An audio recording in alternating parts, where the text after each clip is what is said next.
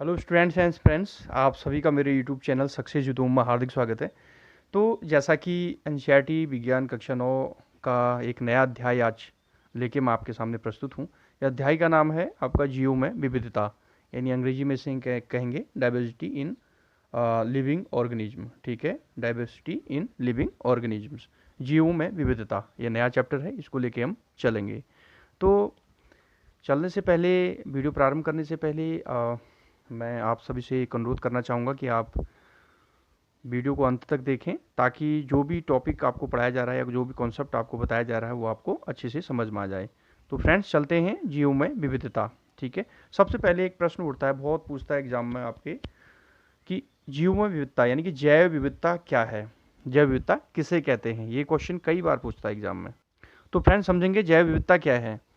जैव विविधता कई प्रकार के जीव समूह, जैसे कई प्रकार के जीव समूह का मतलब पौधे, जंतु, कीट या अन्य प्रकार के जो जीव समूह हैं, जब वो एक विशेष क्षेत्र में पाए जाते हैं और एक समान पर्यावरण में रहते हैं, साथ ही साथ एक दूसरे को प्रभावित भी करते हैं, तो उसी को हम क्या कहते हैं, जैव विविधता कहते हैं।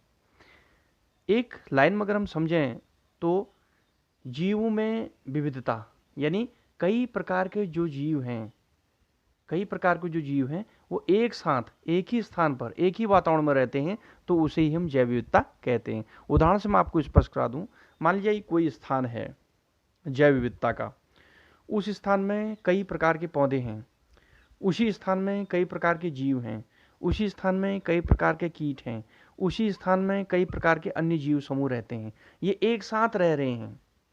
ठीक है, एक साथ रह रहे हैं और एक समान पर्यावरण में रह रहे हैं और एक साथ रहते हुए एक दूसरे को प्रभावित भी कर रहे हैं, तो इसी को हम जैव विविधता कहते हैं।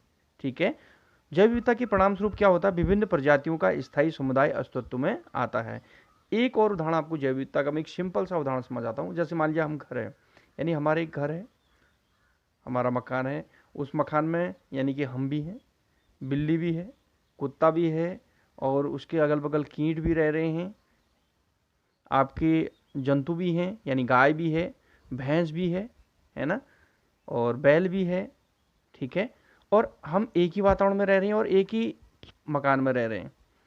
ठीक है, और एक दूसरे को प्रभावित भी कर रहे हैं। ठीक है, जैसे कुत्ता बिल्ली से इंटरेक्शन कर रहे हैं, प्रभावित कर रहे हैं, तो इसी को हम क्या कहते हैं, यानी कि जैव विविधता। एक छोटी सेंस में था, जैव विविधता एक बड़े सेंस में है। ठीक है, तो आगे हम समझते हैं इसको डिटेल में। जैव विविधता से तात्पर्य विभिन्न जीव रूपों में पाई जाने वाली विविधता से है। यह शब्द किसी विशेष क्षेत्र में पाए जाने वाले विभिन्न जीव रूपों की ओर इंगित करता है। ये विभिन्न जीव न सिर्फ एक समान पर्यावरण में रहते हैं, बल्कि एक दूसरे को प्रभावित भी करते हैं। इसके परिणाम स्वरूप विभिन्न प्रजातियों का स्थायी समुदाय अस्तित्व में आता है। आधुनिक समय में हो क्या रहा है कि मनुष्य ने इस समुदाय के संतुलन को बदलने में अपनी महत्वपूर्ण भूमिका निभाई है, अर्थात वो उसको, इस जैव विविधता को नुकसान पहुंचा रहा है। वास्तव में किसी समुदाय की विविधता भूमि, जल, जलवायु जैसे कई चीज़ों से प्रभावित होती है। अगर हम बात करें, एक मोटे अनुमान के अनुसार पृथ्वी पर जीवों की करीब 1 करोड़ प्रजातियां पाई जाती हैं और हमें सिर्फ 10 लाख या 20 लाख की प्रजातियों की ही जानकारी है, बकाई की जानकारी में नहीं है। पृथ्वी पर कर्क रेखा मकर रेखा के बीच के क्षेत्र में जो गर्मी और नमी वाला भाग है, वहाँ पौधों और जंतुओं में काफ़ी विविधता पाई जाती है। अगर अतः उस क्षेत्र को हम क्या कहते हैं, मेगा डाइवर्सिटी क्षेत्र कहते हैं। तो फ्रेंड्स, इसको आप समझिए।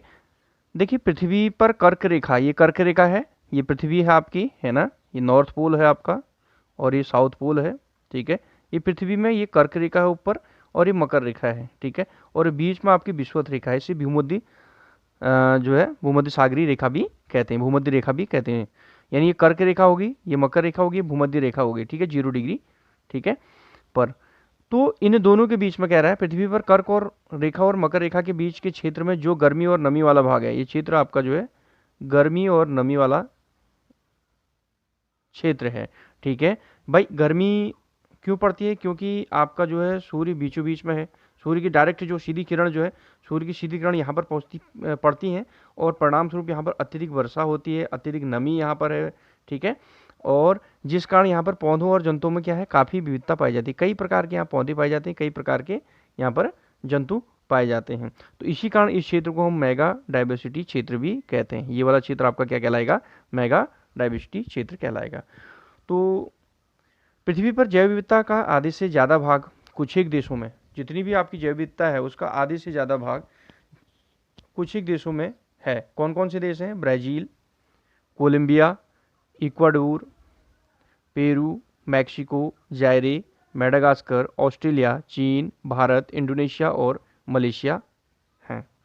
तो फ्रेंड्स, ये था आपकी जैव विविधता का इंट्रोडक्शन और इसका परिचय। तो चलते हैं आगे हम। तो फ्रेंड्स, अगले टॉपिक में हम चलते हैं, वर्गीकरण का आधार क्या है, 7.1। इसको हम आगे की वीडियो में कवर करेंगे। तो फ्रेंड्स, अगर आपको मेरा वीडियो अच्छा लगा तो प्लीज़ इसे सब्सक्राइब कीजिएगा, लाइक कीजिएगा एंड शेयर कीजिएगा, और कमेंट बॉक्स में बताइएगा कि आपको ये कैसा लगा। साथ ही बेल को भी प्रेस कर दीजिएगा ताकि आपको समय पर नोटिफिकेशन प्राप्त हो सके। Thank you friends.